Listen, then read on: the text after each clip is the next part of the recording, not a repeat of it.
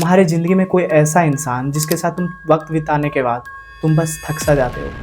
एक छोटी सी चेतावनी, इस वीडियो को देखना है या नहीं ये पूरी तरह आपके ऊपर है। कोई लड़ाई नहीं, कोई ड्रामा नहीं, फिर भी घर आते हो तो दिमाग भारी लगता है। मोटिवेशन कहाँ गई पता नहीं, एनर्जी जैसे स्लोली क्वाइटली लीक हो गई कहीं से। तुमने सोचा होगा ये कोइंसिडेंट है, ये इंसान कौन होता है। हर हफ्ते इसकी लाइफ में कोई ना कोई चीज चल रही होती है। कभी बॉस ने गलत किया, कभी रिलेशनशिप में प्रॉब्लम, कभी घर का ड्रामा। और तुम सुनते हो जेन्युइनली क्योंकि तुम अच्छे इंसान हो। तुम मोटिवेट करते हो, हेल्प करते हो, सोचते हो इसका बुरा वक्त चल रहा है तो मैं सपोर्ट करूंगा।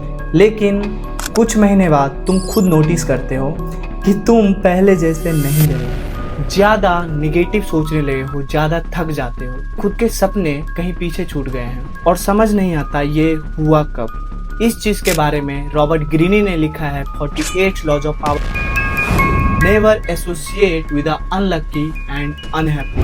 पहली बार सुनने में ये थोड़ा क्रूर लगता है। इसका जवाब एक जगह छुपा है जहां लोग जेन्युइनली नहीं देखते, बायोलॉजी में।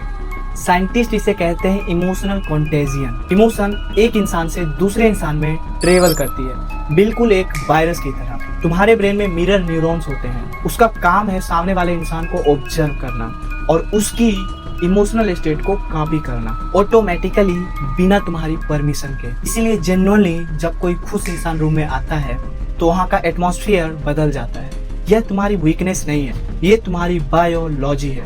और यहाँ अक्सर लोग रॉबर्ट ग्रीनी को गलत समझते हैं। में लगता है नेवर एसोसिएट विद अनहैप्पी, मतलब दुखी लोगों से भागो। जैसे ये लॉ कोल्ड लोगों के लिए, रूथलेस लोगों के लिए। लेकिन वो ऐसा नहीं कह रहे। एक बहुत इंपॉर्टेंट फर्क है उस इंसान में जो स्ट्रगल कर रहा है लेकिन बढ़ना चाहता है, और उस इंसान में जिसने स्ट्रगल को ही अपना पहचान बना लिया है। पहला इंसान प्रॉब्लम डिस्कस करता है सॉल्यूशन ढूंढने के लिए। पहला इंसान कभी कभी गिरता है, दूसरा इंसान गिरने को अपनी पर्सनालिटी बना लेता है। रॉबर्ट ग्रीनी का वार्निंग इसी दूसरे टाइप के बारे में है। ये वार्निंग मोरल जजमेंट नहीं है, ये ऑब्जर्वेशन है। जो लोग कंसिस्टेंटली अपनी मिसफॉर्च्यून की जिम्मेदारी नहीं लेते, वो हमेशा विक्टिम बने रहते हैं, उनके पास रहना सिर्फ उन्हें नहीं तुम्हें भी तोड़ता है। तो एक सिंपल चीज ऑब्जर्व करो अपने लाइफ में। जिस इंसान के साथ रोज वक्त बिताते हो, उनके साथ तुम टाइम के बाद कैसा फील करते हो?